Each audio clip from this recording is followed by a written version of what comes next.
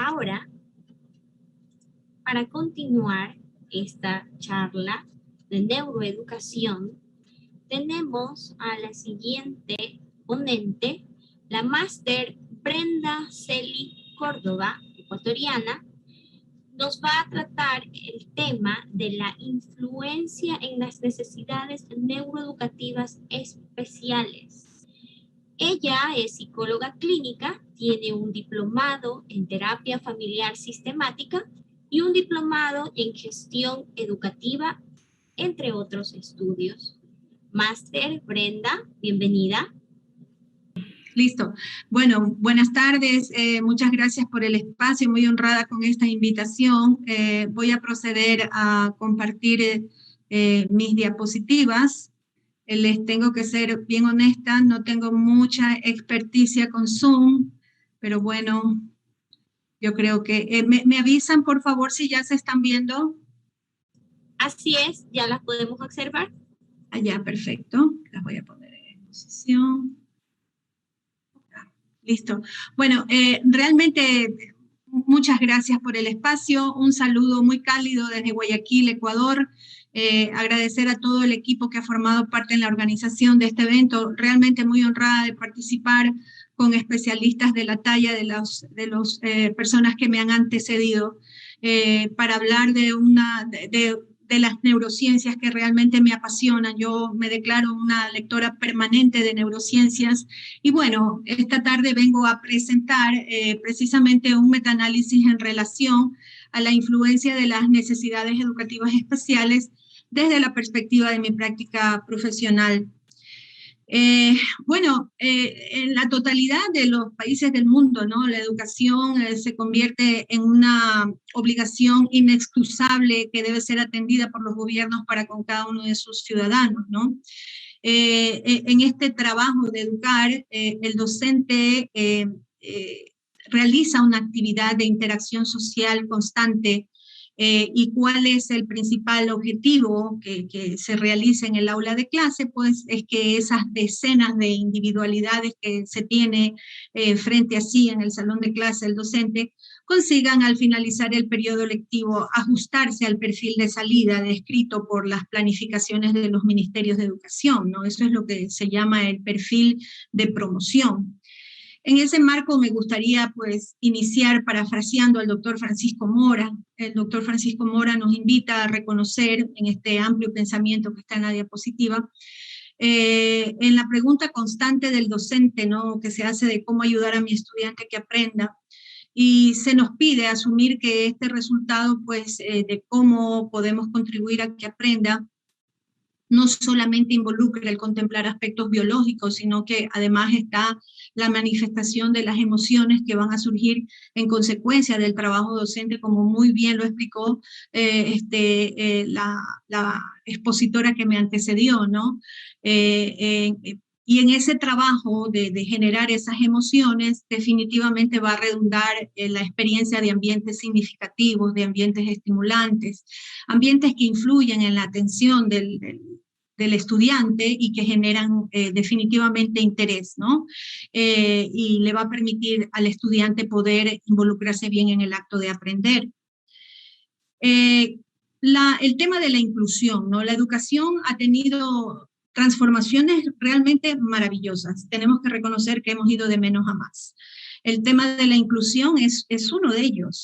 Sin embargo, pues no siempre fue así, ¿no? Existieron, vamos a revisar un poco los antecedentes, existieron generaciones hace muchos siglos atrás, antes de la era cristiana inclusive, en sociedades guerreras en las que el nacer con una diversidad funcional no solo era un estigma, era un motivo para morir de forma anticipada, abrupta y dolorosa, no solo para el niño o niña, ¿no? Que sufría esas condiciones, sino tremendamente traumático también para la madre que lo alumbró. Una de ellas es la sociedad espartana. Los espartanos, ellos exterminaban a los recién nacidos con limitaciones físicas o con limitaciones mentales, que no les aseguraran en la adultez de servir a los propósitos de expansión y dominio que predominaba en la época con esa civilización. La humanidad avanza y se mantuvo el temor y la estigmatización sobre lo desconocido, ¿no? Es así que se construye el concepto de anormalidad. Esto provocaba pues el rechazo y temor a los llamados anormales. Inclusive llegó una época, ya en la Edad Media, que se los demonizó inclusive, ¿no? Y en algunos casos pues fueron echados inclusive a la hoguera. A finales del siglo XX, ya los resultados de la neurociencia empiezan a hacer peso en el pensamiento social, en los estados, en los gobernantes, y se toman medidas sobre la atención a las personas con discapacidades, promoviendo pues la escuela, la modificación de este tratamiento, y se genera el concepto de la escuela integradora. Es así pues que se construyen espacios de atención especializada, dependiendo las dolencias y las limitaciones, y se los empieza a atender en hospitales, en centros de rehabilitación, donde el niño compartía su tiempo con otros niños en las mismas condiciones. Esto no generó una estimulación eficiente para superarse, ¿no? Es la época en la que los diagnósticos describían a débiles mentales. Ya llega el siglo XX y ahí surge el concepto de inclusión educativa. La investigación científica prolifera gracias al apoyo de los gobiernos. De hecho, la década de los 90 fue declarada por los Estados Unidos el año del cerebro, con fondos dedicados a estudiar algunas situaciones que presentaba la población. Bueno, esto incidió mucho en la neuroeducación. Y por primera vez empieza a brindar una ayuda de atención prioritaria, justa, equitativa.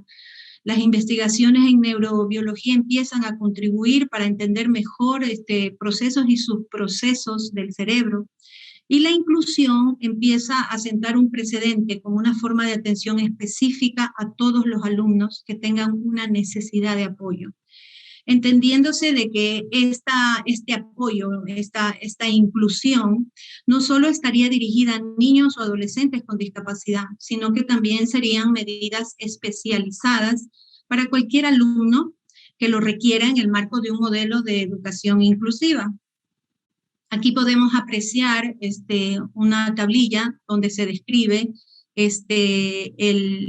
la clasificación y las diferencias que existieron entre la escuela integradora y la actual escuela inclusiva. La escuela integradora, como podemos apreciar, estaba centrada en el diagnóstico básicamente, versus la escuela inclusiva, que toma el diagnóstico es algo importante, el diagnóstico es una herramienta de apoyo para trabajo importantísima. La escuela inclusiva toma el diagnóstico, pero lo centra en la resolución de los problemas de colaboración al niño con las necesidades educativas especiales. Por otro lado, la escuela integradora también estaba dirigida a atender la educación especial con alumnos con necesidades educativas especiales. Y como ya revisamos anteriormente, la escuela inclusiva cambia el formato y hace partícipe a la educación en general, a todos los alumnos. La escuela inclusiva estaba basada, la escuela integradora estaba basada en principios de igualdad y de competición. La escuela inclusiva lo modifica y basa la educación en principios de equidad, cooperación y solidaridad. Entendamos bien que igualdad y equidad suenan parecidos, pero no son lo mismo. La escuela integradora también produce una inserción parcial y condicionada dependiendo las casuísticas, ¿no? Dependiendo la complejidad de los casos. En el caso de la educación inclusiva se modifica y la inserción es total e incondicional. Algo interesante de la inserción total e incondicional es precisamente que en las aulas de clase de educación regular están los niños con necesidades educativas especiales, y algo muy interesante que mientras escuchaba a la expositora anterior reflexionaba sobre la experiencia del trabajo en educación, es que muchas veces los compañeros de los niños que están en esta educación regular, cuando reciban a compañeros con necesidades educativas especiales, se convierten un poco así como que en coterapeutas del trabajo interdisciplinario que se hace, porque realmente ellos ayudan muchísimo a sus compañeros en esas condiciones. Bueno, la escuela integradora exigía transformaciones superficiales, ¿no? Lograr pequeños cambios ya era considerado suficiente. La escuela inclusiva exige rupturas en los sistemas, o sea, las transformaciones deben ser profundas, se deben generar resultados adaptativos y de mejoramiento en los casos que se pueda conseguir esos resultados, y hacia allá se apunta con el tema de la inclusión educativa. La escuela integradora también se centra en el alumno, ¿no es cierto? Dice, se ubica al alumno en programas específicos, mientras que la escuela inclusiva se centra en el aula, ¿no? El apoyo está en el aula ordinaria. Como digo, ahí participan, el docente tiene al alumno, si bien es cierto, hay una educación diferenciada, pero el niño está con sus compañeros para todas las interacciones sociales que se dan dentro del aula, ¿no? Y eso es tremendamente favorecedor y estimulante. La escuela integradora también tiende a disfrazar las limitaciones, dice, para aumentar la posibilidad de inserción, versus la escuela inclusiva, que no disfraza esas limitaciones, las identifica, las enfrenta, porque son reales, no las podemos definitivamente tratar de cubrir o maquillar, porque eso definitivamente no sirve para la atención en la necesidad educativa especial. Hay que ver la realidad. Un poquito contextualizando la atención de las necesidades educativas especiales en el marco de la educación inclusiva, grafiqué esta línea de escalera de tiempo para mostrar un poco los momentos que han marcado al mundo dentro del liderazgo político mundial sobre la evolución de este tema, ¿no? Que le ha servido de fuente a mi país para poder hacer las modificaciones legales como respuesta a la necesidad de adaptar el modelo educativo inclusivo. Y es importante recordarlo porque considero que justamente estos espacios como el que estamos viviendo desde hoy día hasta el sábado son importantes, son supremamente importantes, ya que generan una impronta en la conciencia social que nos invita a reflexionar sobre cómo cada uno de nosotros, desde la posición que estemos, desde la posición en la que trabajamos, podemos ser generadores de grandes cambios, ¿no? Escuchaba hace un momentito, al despedirse a la expositora anterior, como ella mencionaba que está tratando de influir en los procesos educativos de su país, y pienso que esa es una tarea que todos debemos de proponernos en el país en el que habitamos. Bueno, como ustedes pueden ver, esta línea de tiempo, esta escalerita de tiempo, empieza en 1948, ¿no? Todos recordamos que en 1948, pues el mundo salía de una guerra devastadora, la Segunda Guerra Mundial. Y la Organización de las Naciones Unidas toma la iniciativa de modificar el ambiente en el mundo, ¿no? Y se plantea crear un documento que contenga los principios fundamentales de protección al ciudadano del mundo. Es así que surgen los derechos humanos universales. En su artículo primero dicen que el ser humano nace en condiciones inalienables de libertad y que solo por el hecho de vivir debe ser tratado con dignidad y en igualdad de condiciones. Esto ya dejó ya sentado un precedente para trabajar en un principio universal que implicaba la calidad de vida. Otro de los movimientos más importantes, bueno, desde mi perspectiva, es el informe Warnock. Se llamó Warnock porque fue liderado por Mary Warnock. Esto se dio en el Reino Unido en 1978. Esta reunión generó una sentencia social cuyo contenido realmente revolucionó al mundo. En esta reunión se concluyó que todo niño o joven debía ser incluido en el marco de la educación especial, al margen de la gravedad de su dificultad, resaltando que no existen seres no educables. Bueno, posteriormente se fueron dando sendas reuniones con el objetivo de analizar resultados, evaluar estrategias y promover legislaciones, políticas, programas y prácticas inclusivas, ¿no? En mi país, en el Ecuador, hemos tenido un largo caminar hasta llegar a la implementación de la escuela inclusiva. Realmente es a partir del año 2010 que aquí en el Ecuador se promulga en firme una ley y surge la Ley Orgánica de Educación Intercultural, la LOEI, que es algo así como el Vademecum para quienes estamos en educación, en la que se incluye la educación inclusiva, ¿no? Determinando que todos los establecimientos de educación escolarizada ordinaria del Estado, privados en educación regular, debían adoptar las medidas necesarias para permitir la admisión de estudiantes con necesidades educativas especiales, asociadas o no a una discapacidad. Es así pues que a partir de esa fecha hasta la actualidad se lleva a la práctica la educación inclusiva pues como un proceso que busca identificar estas necesidades y responder al principio, al lema de educación para todos, disminuyendo la exclusión, la deserción escolar. Esta inclusión debe contemplar o contempla cambios y adecuaciones en la currícula, en sus contenidos, en los enfoques, en las estrategias, evidentemente dependiendo del grado de adaptación que se detecta que requiere el estudiante, ¿no? Esto genera pues un trabajo interdisciplinario al interior de las instituciones educativas, ¿no? Educadores, departamentos de consejería con todos los especialistas, psicólogos clínicos, psicólogos educativos, terapistas del lenguaje. Es un trabajo interdisciplinario. Como podemos apreciar aquí, esto pertenece a los manuales del Ministerio de Educación de nuestro país. Aquí está la clasificación de las necesidades educativas contempladas pues, para ser trabajadas conforme están clasificadas aquí, ¿no? Podemos apreciar del lado izquierdo están las necesidades educativas no asociadas a una discapacidad. Estas necesidades educativas son llamadas también necesidades transitorias. Sus estrategias de trabajo asumen un espacio de tiempo determinado, caminando con los especialistas externos, con las familias, permitiendo al estudiante mejorar, modificar y alcanzar el mejor nivel de autonomía posible.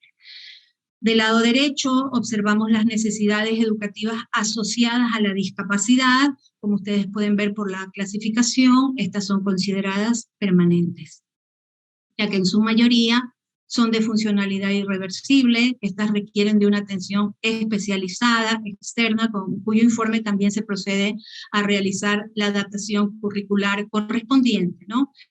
En ambos tipos de capacidad hay aspectos que deben considerarse para el abordaje y para la intervención, y van en relación pues, con los ambientes educativos, las adaptaciones curriculares, dependiendo del nivel de atención que se deba cumplir con el niño o la niña, ¿no? Involucra la atención también de la accesibilidad física, el proyecto curricular, los recursos personales y sobre todo y fundamentalmente la formación del profesorado en áreas afines. Es importantísimo, ¿no? Bien, en neuropedagogía hay una frase que me gusta mucho, la he escuchado en muchas ponencias, la he leído mucho también, es de la neuropedagoga Leslie Hart. A mí me encanta y la quiero compartir para hacer esta pequeña revisión. Esto no es una clase de anatomía, no me atrevería a eso, pero en la que ella dice, pretender enseñar sin saber cómo funciona el cerebro es como querer diseñar un guante sin antes haber visto una mano, ¿no?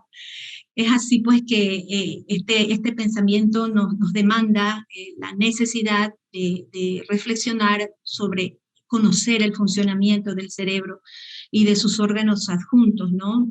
Aprender sobre la evolución ontogenética del sistema nervioso central, la cual está en constante transformación a través de la influencia del entorno social, del entorno familiar, del entorno comunitario, es la que nos llega a definir como seres racionales, y como también la influencia de la corteza cerebral, que también participa en la construcción del ser como un ser social. Bueno, conocemos que esta corteza empieza a desarrollarse desde las primeras semanas de gestación, alcanza su máxima expresión ya en el nacimiento. En ese momento ya las capas que conforman la corteza, que son 6, son 3 superficiales, 3 profundas, ya estarán constituidas para que este nuevo ser esté listo para vivir la sinapsis, ¿no? Apoyada por esa estimulación externa. Algo de vital importancia en esta microdescripción es la necesidad de una buena alimentación en el niño, ¿no? Especialmente en su etapa de crecimiento, ya que influye en la biología de las neuronas y en la estructura de la neurona. La mielinización que se produce en el axón de la neurona y que es responsable del desarrollo cognitivo necesita de proteínas que le ayuden en esta función y con este objetivo. Este proceso se evidencia en el ser humano y es decisivo en la maduración del sistema nervioso. Y va a ser fundamental durante los 4 o 5 primeros años de vida del niño. Y se convierte en un buen tema para recordárselo siempre a la familia, ¿no? Sobre la importancia del rol familiar como el primer grupo educador y estimulador del infante. La pregunta del millón, ¿no? ¿Cómo aprende nuestro cerebro? ¿Cómo aprendemos? Realmente muy interesante escuchar las ponencias de las personas que me antecedieron, y hasta el sábado estoy segura que lograremos descifrar la respuesta de esta pregunta. Bueno, de lo que la neurociencia nos indica, la respuesta está en el cerebro, en el funcionamiento del cerebro. Este órgano noble, ¿no?, que reposa en el hueso más duro del cuerpo humano, el cráneo, está provisto de un patrimonio genético que lo marca de gran forma, lo predispone, pero no lo determina. A los pocos días de nacidos, pues ya poseemos casi la totalidad de las neuronas necesarias que parten del tubo neural. Hay una fase de migración que se da hacia la corteza cerebral, pero estas siguen produciéndose a medida que crecemos, ¿no? Hasta llegar a la adultez. De hecho, se ha comprobado que ya en la adultez alcanzamos pues entre 300.000 a 1.000 millones de neuronas que parten desde nuestro cerebro y se conectan con todo el cuerpo, ¿no? En este desarrollo hay un proceso fundamental, tremendamente enriquecedor, que es la sinapsis de esa hermosa célula estrellada especializada llamada neurona, quien en su estructura pues está provisto de cuerpo, soma, axón, dendritas, a través de las cuales se produce la maravilla de la transmisión neuroquímica, ¿no? Pasándose de una a otra a ese producto final, los neurotransmisores que la colega anterior los detalló y los describió ampliamente, los cuales favorecen la generación pues de respuestas de comportamiento, de emociones, de percepciones.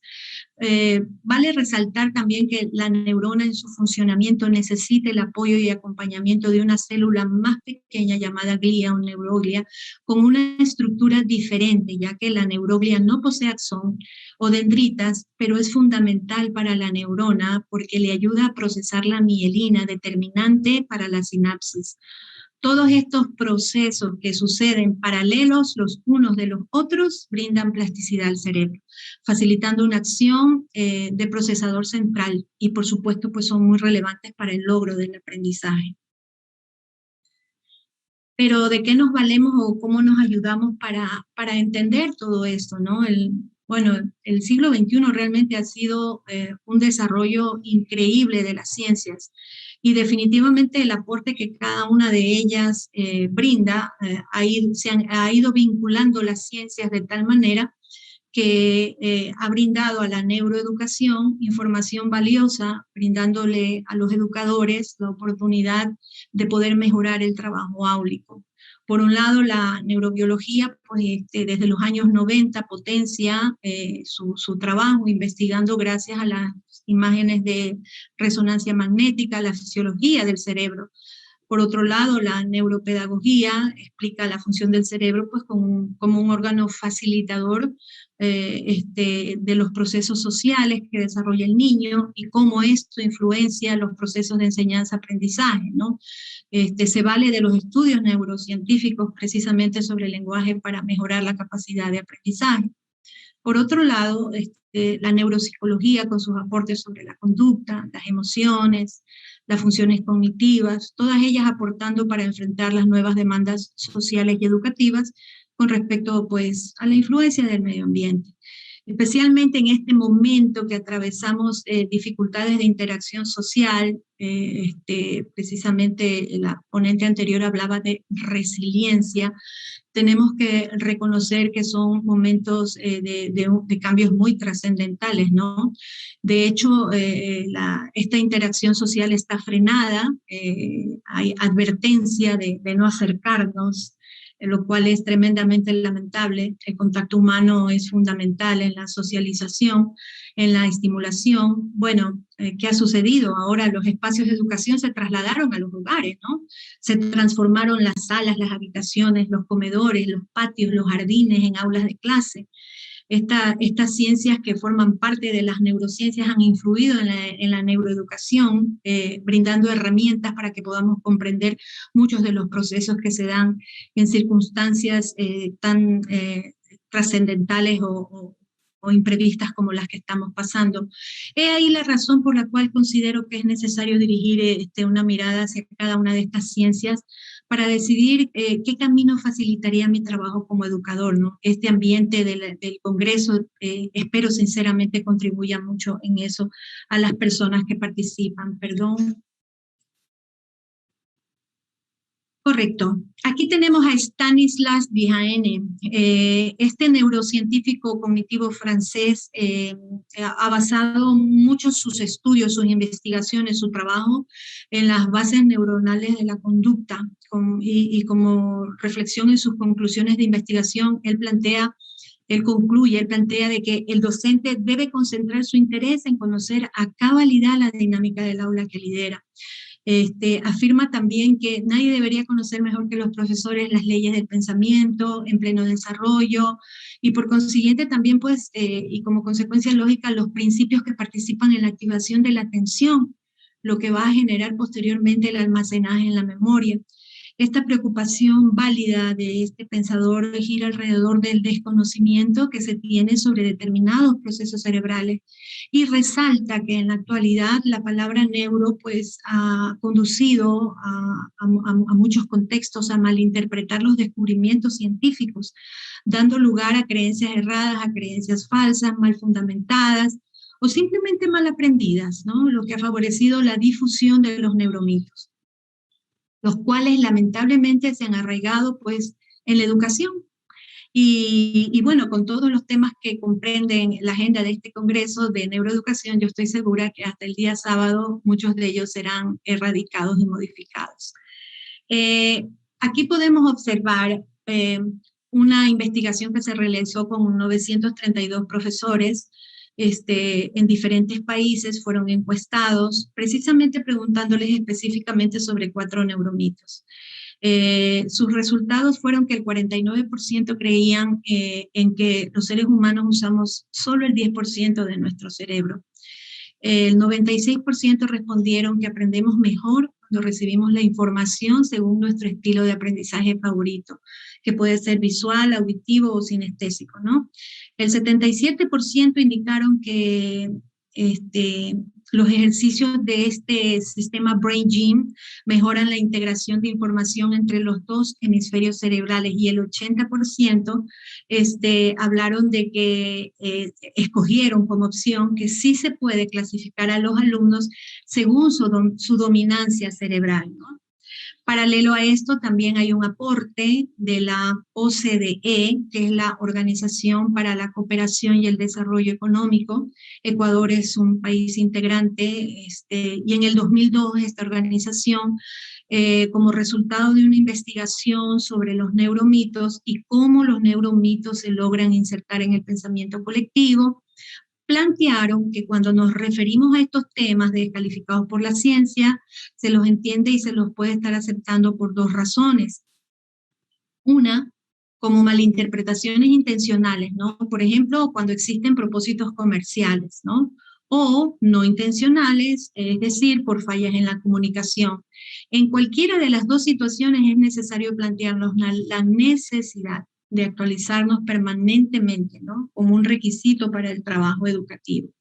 Yo, por factor tiempo, me voy a referir a 2 de los neuromitos de la encuesta que mostré hace un momento, ¿no?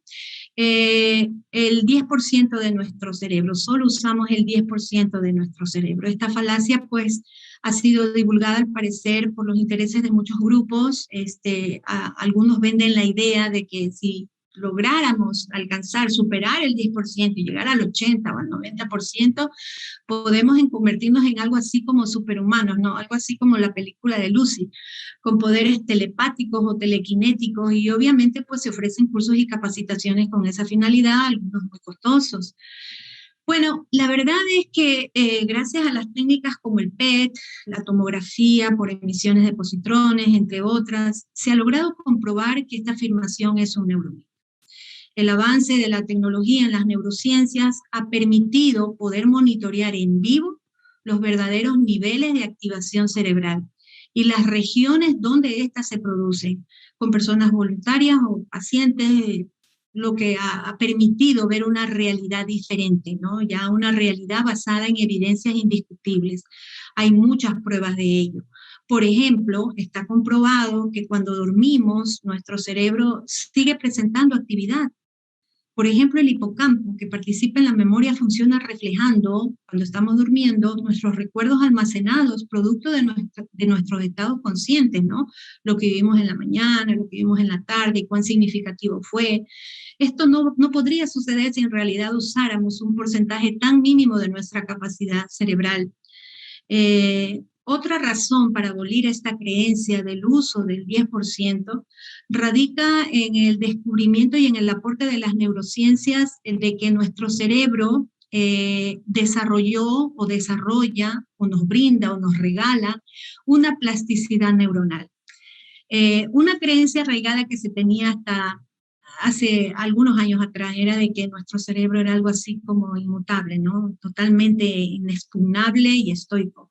Bueno, pues se nos enseñó que nacíamos con un número determinado de neuronas y que las íbamos a ir perdiendo a medida que íbamos avanzando en años, al envejecer. Qué preocupación, ¿no?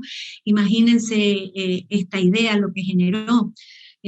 Asumir que nuestras habilidades, destrezas y competencias se iban a ir perdiendo con el paso del tiempo. Pues bueno, los estudios de imagenología, el funcionamiento del cerebro, demuestra la existencia de la plasticidad cerebral como una cualidad o propiedad del sistema nervioso y la relación que éste mantiene con las neuronas. Esto facilita la capacidad de adaptación a las diferentes experiencias vitales que atravesamos. Además, influye en la modificación del cerebro constantemente, independiente de la edad que tengamos. El aprendizaje está probado que se produce a cualquier edad, permitiéndonos pues generar nuevas redes neuronales, ¿no? Plasmando y construyendo los surcos que van evidenciando el aprendizaje, lo que nos lleva pues a concluir, como indican los expertos, que nuestra inteligencia no es fija e inmutable, está en constante transformación, está en constante dinámica de transformación.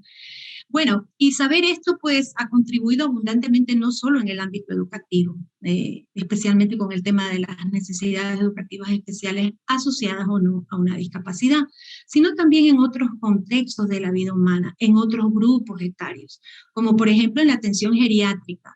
La neuroplasticidad es una realidad transformadora que favorece estrategias e intervenciones reparadoras significativas. En el caso de los ancianos, por ejemplo, las terapias ocupacionales han facilitado la neurorehabilitación y obviamente pues esto redunda en que los ancianos reciben una mejor calidad de vida en la vejez.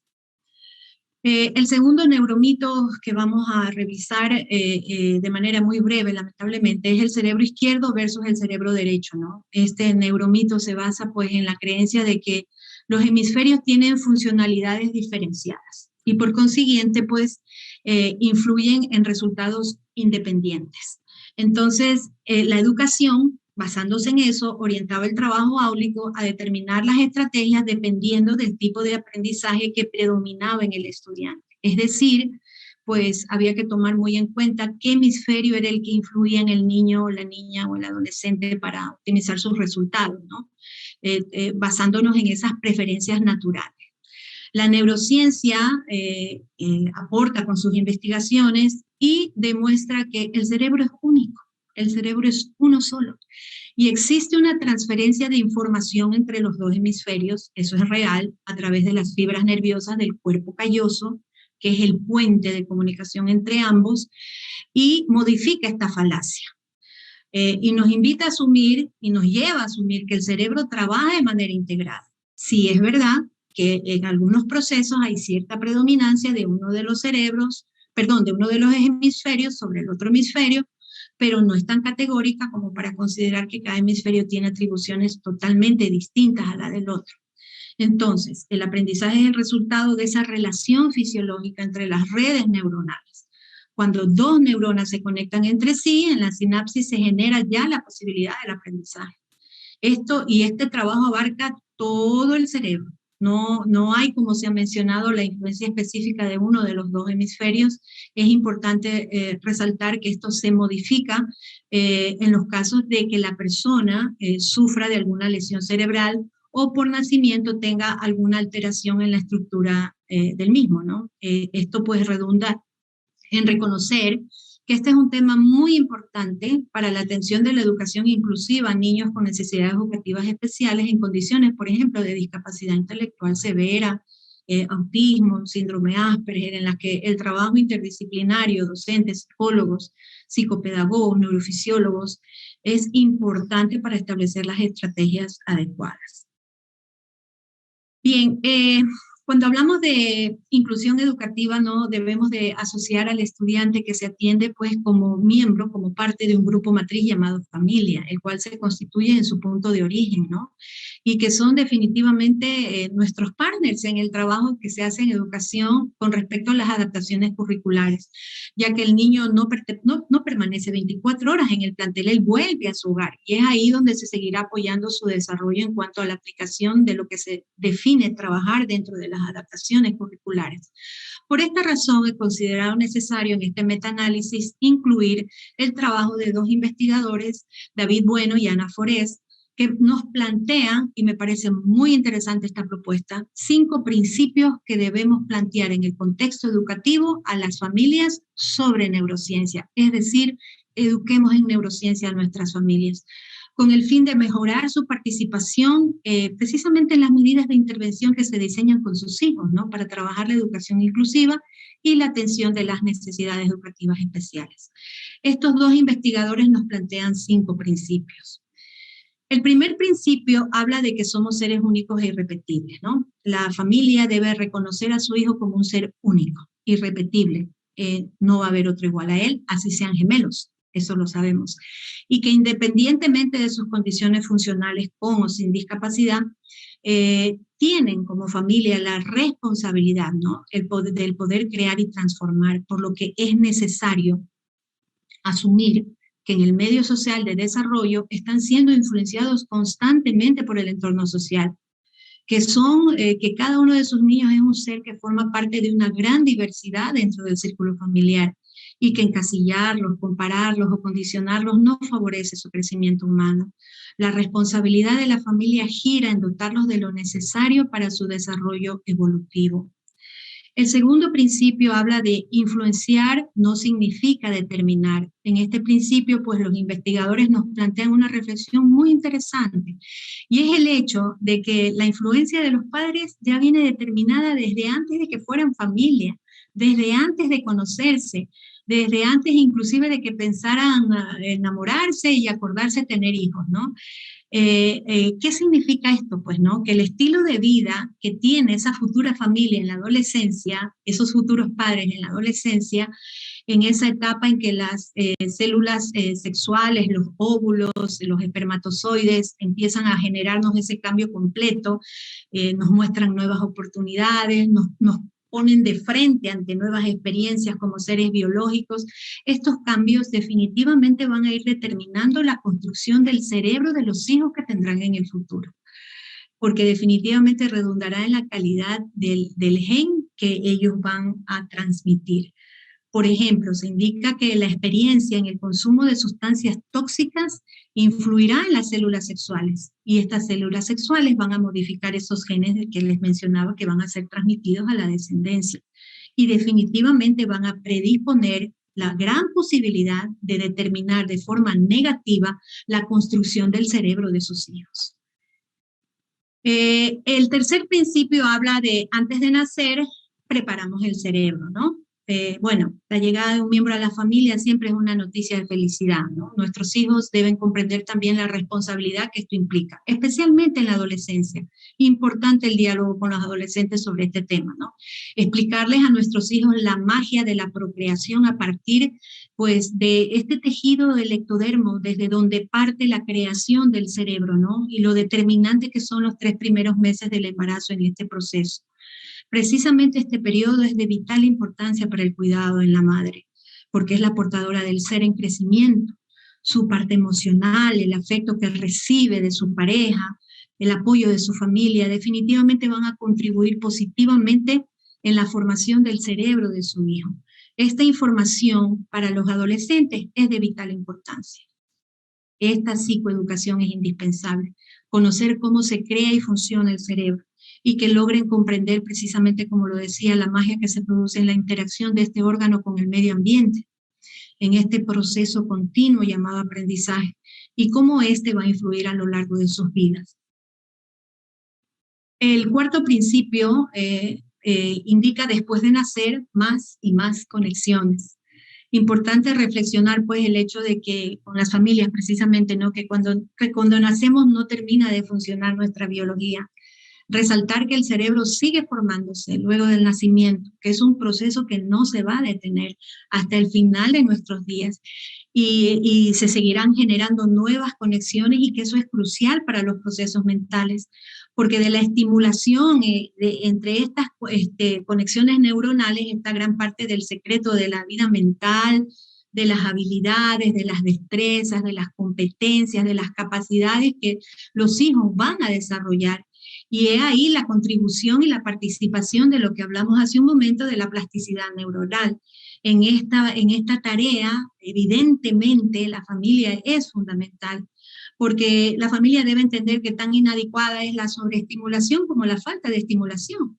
Y aquí pues se debe trabajar en psicoeducación con los representantes, enfatizando la necesidad de revisar al interior del grupo familiar cómo se vive el tema o los temas como por ejemplo calidad de tiempo, la importancia del esparcimiento, de la recreación, de las experiencias asertivas en familia, de la celebración de los triunfos, de llamar la atención en privado, de evitar las comparaciones, de proscribir la humillación como un mecanismo de disciplina al interior de la familia, entre otros más funestos quizás, ¿no? El quinto y último principio habla de ventanas de oportunidad. Es importante pues reconocer que somos seres a quienes se nos debe facilitar la adaptación y la readaptación, definitivamente es así, porque de esto va a depender en múltiples circunstancias la supervivencia. Caso contrario, la inadaptación puede exacerbar estados emocionales adversos, que pueden generar situaciones que superen definitivamente la capacidad de autocontrol, y podemos enfrentar como familia situaciones irreversibles que generen mucho dolor. En este sentido, la intervención, por ejemplo, del aprendizaje multisensorial es fundamental. Los sentidos favorecen la adquisición de una multiplicidad de conocimientos que entran por distintas vertientes, ¿no? En la mañana hablaron de esas ventanas uno de los ponentes, los sentidos y cómo el niño los percibe, cómo los procesa, cómo los almacena. Dependerá mucho cómo en familia aprende a vivir las emociones y a traducirlas en experiencias alegres, motivantes, tristes o traumatizantes. Entonces, podemos inferir que estos principios, la necesidad constante de estarles recordando a los padres, reconocer que en la infancia que viven sus hijos, ellos influirán de una manera determinante en la formación de su carácter, en ese temperamento que tiene una gran dosis de herencia, en la que también, no porque sea heredado, no significa que no puede ser intervenido, y en las conductas que en la adultez van a presentar. Por ello es importante tomar en cuenta 3 etapas del desarrollo con sus propuestas que nos plantean estos investigadores, ¿no? Revisemos esas ventanas para conocer su contenido y complementar ya en la parte final mi ponencia. Bien, de los 0 a los 3 años, el cerebro prioriza las conexiones entre las neuronas, ¿no? En la corteza cerebral, esto da paso a la expresión del comportamiento, al raciocinio, las emociones, y cómo influyen las emociones en las decisiones, ¿no? Es un periodo de vida influido por el medio, definitivamente. Y también influye en la construcción de la personalidad que lo caracterizará al niño en la adultez.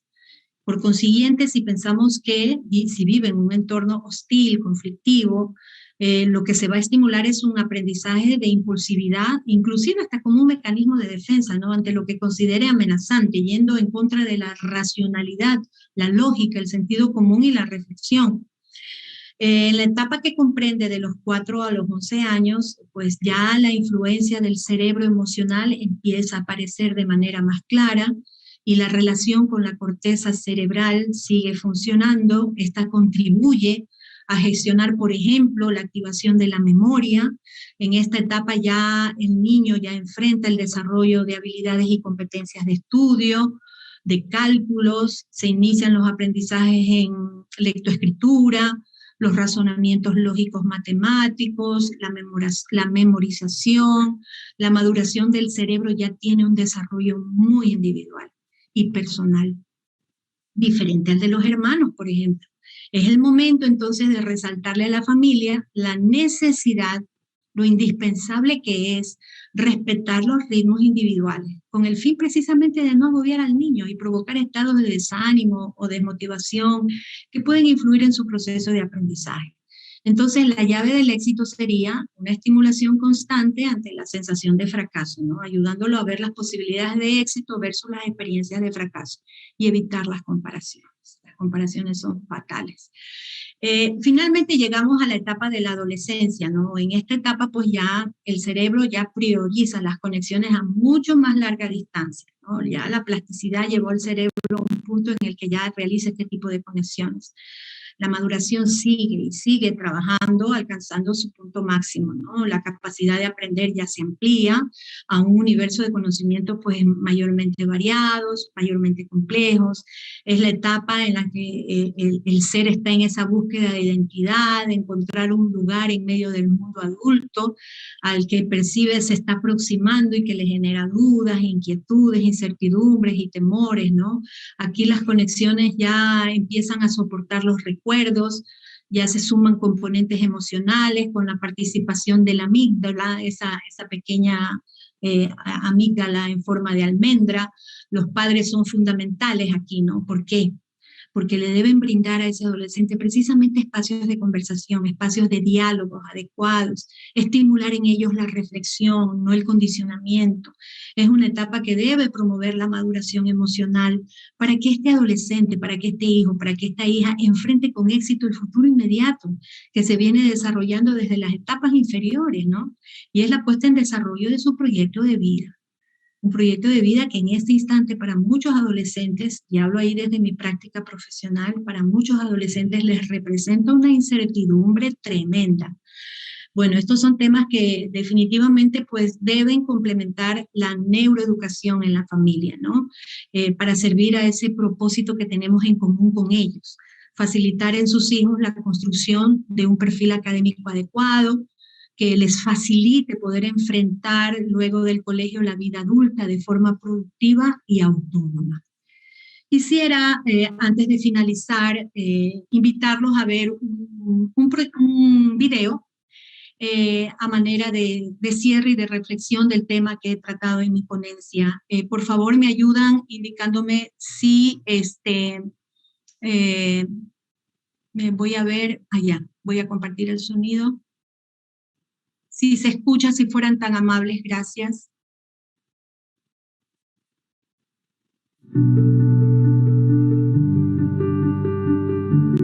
¿Sí se escucha?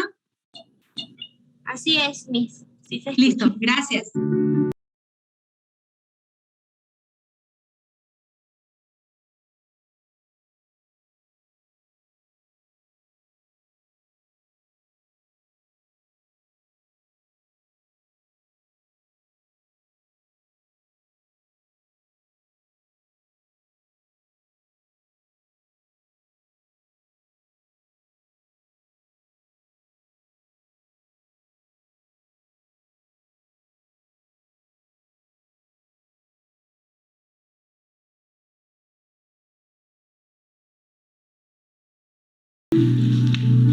Mi nombre es bien.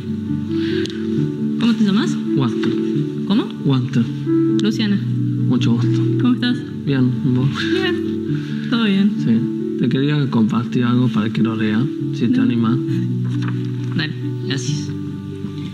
Hablemos de lo que es ser diferentes, de lo que nos hace diferentes. Nuestro color de cabello y de ojos, nuestra estatura y contextura, nuestros gustos y preferencias. Nuestras habilidades y dificultades, nuestros pensamientos, sentimientos y conocimientos. Hablemos de aquellos a quienes hacemos sentir diferentes. Un hábito común es mirar y hacer sentir raro al que es diferente a cada uno. Te pregunto yo, ¿qué es lo que tiene de diferente? Aseguro que no destinamos una de esas miradas a quien tiene otro color de cabello, pero sí al que en vez de trasladarse en patineta lo hace en silla de ruedas. O al que no habla totalmente fluido y no porque sea otro idioma. Sin ir más allá, se trata de lo que verdaderamente nos hace diferentes.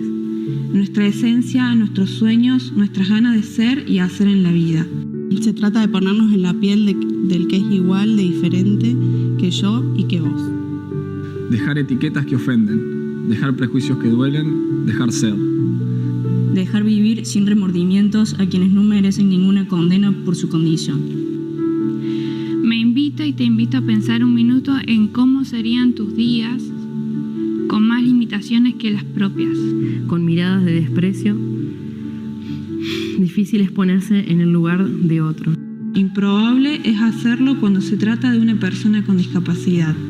¿No es igual de diferente que vos y que yo? ¿No tiene cabello y ojos, gustos, habilidades y pensamientos? ¿Acaso no tiene sentimientos y sueños igual que vos y que yo? Hablemos de la posibilidad de darle un fin a esa diferencia creada por la sociedad. Esa diferencia que crea una barrera para las personas con discapacidad. Hablemos de lo que es verdad, de lo que realmente es ser diferente, de que vos y yo somos diferentes, igual de diferentes. Digamos basta a los prejuicios, a la división, a la exclusión. Hablemos de la única diferenciación, la que nos hace únicos por el solo hecho de ser personas distintas. Hablemos de igualdad de derechos humanos, de igualdad de posibilidades de una sociedad inclusiva. Hablemos, luchemos y logremos esa inclusión. Porque yo, vos y todos somos diferentes. Igual de diferentes.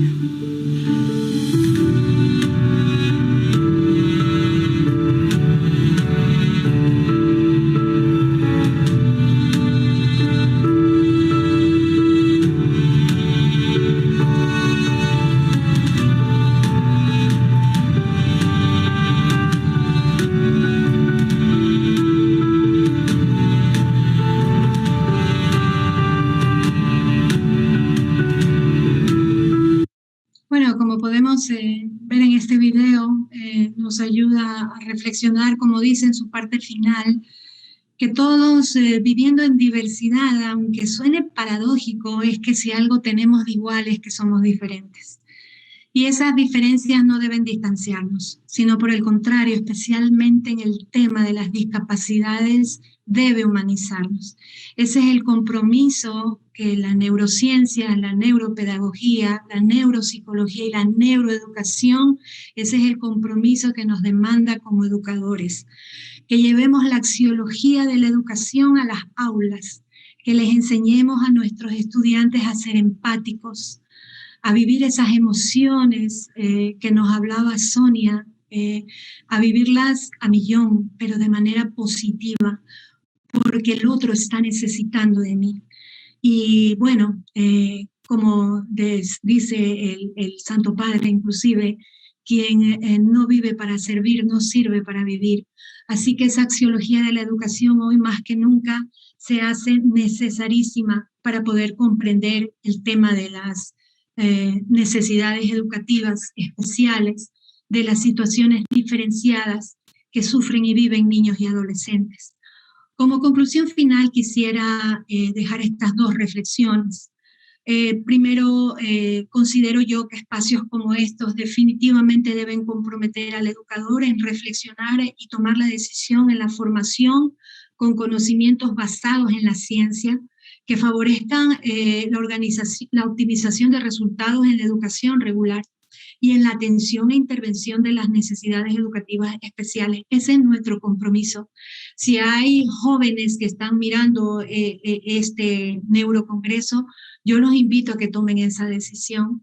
Y como una segunda conclusión, yo creo que sería muy interesante, ¿no?, que de este neurocongreso sirva para poder elevar una voz a los gobiernos, a los estados, sobre el apoyo que debe darse dentro de las instancias gubernamentales centralizadas o descentralizadas para la capacitación continua del educador. La familia invierte en sus hijos en la educación. El Estado debe invertir en los educadores para que las sociedades optimicen resultados, porque es el educador, en definitiva, a quien se lo reconoce como el diseñador y ejecutor de los procesos de aprendizaje. Muchísimas gracias, buenas tardes. Una vez más, muy honrada de estar en este espacio, muy, muy agradecida. Quedo a disposición si hay alguna pregunta. Muchísimas gracias, Máster. Qué hermosa reflexión, muy hermoso tema. Pues tenemos aquí felicitaciones por la excelente presentación y también tenemos preguntas. Si nos podría ayudar, ¿cómo podríamos lograr la aceptación de un padre de familia frente a una presunción de una necesidad educativa especial? Esa es una muy buena pregunta. Esa es una muy buena pregunta. Y sí, definitivamente requiere por parte del especialista que tiene que abordar esa pregunta y elaborar esa respuesta. Primero que nada, reconocer que se está frente a una familia que ama profundamente a ese ser que está viviendo circunstancias adversas. Eso nos tiene que llevar a tener esa posición empática, ¿no? Frente a la situación que viven.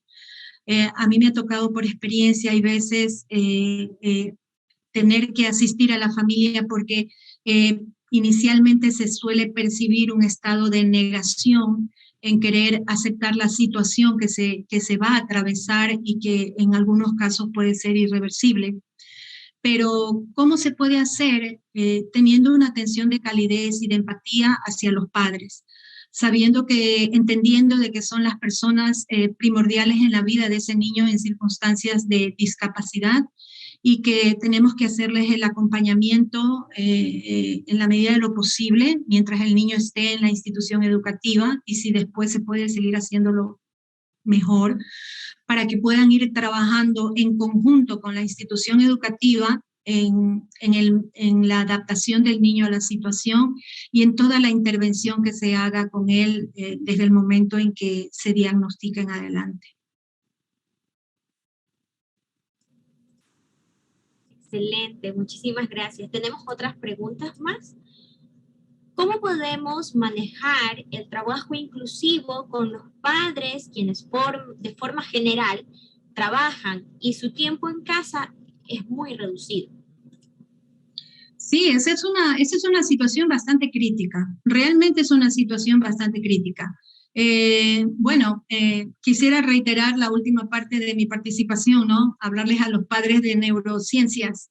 Pienso que es una excelente oportunidad para, primero que nada, ir implantando en ellos que reestructuren ciertos pensamientos, ¿no?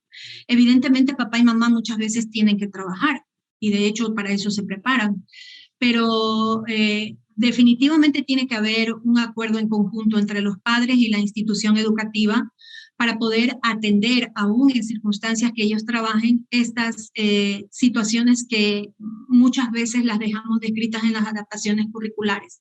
La comunicación constante entre la familia y la institución educativa es primordial, es fundamental. Tiene que haber esa constante comunicación, esa retroalimentación de los avances que se están dando en el niño, de repente de los estancamientos o de los retrocesos. Entonces, la comunicación es fundamental. Listo, tenemos otra pregunta más. Si hablamos de una inclusión, ¿cree que debería implementarse en la enseñanza de la lengua, las señas, el braille en las escuelas como materia de enseñanza y aprendizaje? Me hacen recordar una experiencia en la institución en la que trabajo. Hace 3 años tuvimos una niña con discapacidad auditiva. Ya se graduó, ella ya se incorporó. Ella para poder estar en clases manejaba una maestra sombra, ¿no? Aquí en el Ecuador le llamamos una maestra sombra, asumo que en otras partes ha de ser igual. Algo que realmente fue tremendamente motivador y le generó a la niña un ambiente de calidez increíble, que para la niña fue fundamental, es que muchas de sus compañeras aprendieron lenguaje de señas. Entonces era realmente estremecedor y emocionante ver cómo en las reuniones masivas que se hacían en el colegio o en algún tipo de presentación uno veía 2 o 3 niñas alrededor de la niña manejando lenguaje de señas. Yo pienso que mientras más se fortalezca la inclusión educativa, todo aquello que favorezca la adaptación del niño en esas condiciones al ambiente escolar, sí, es bueno, definitivamente es bueno. Así que considero que sí, sería tremendamente favorecedor, muy estimulante. Muchísimas gracias, Máster, por esta muy pues magistral charla. Muchísimas gracias. Gracias a ustedes por la invitación, de verdad que sí. No, el placer realmente, creo que absolutamente todos hemos aprendido un poquito de todas las personas que durante el día de hoy han impartido sus conocimientos y nos han ayudado a ver un poquito más allá de lo que en realidad nosotros conocemos. Muchísimas gracias, un abrazo y esperamos tenerla nuevamente en algún momento.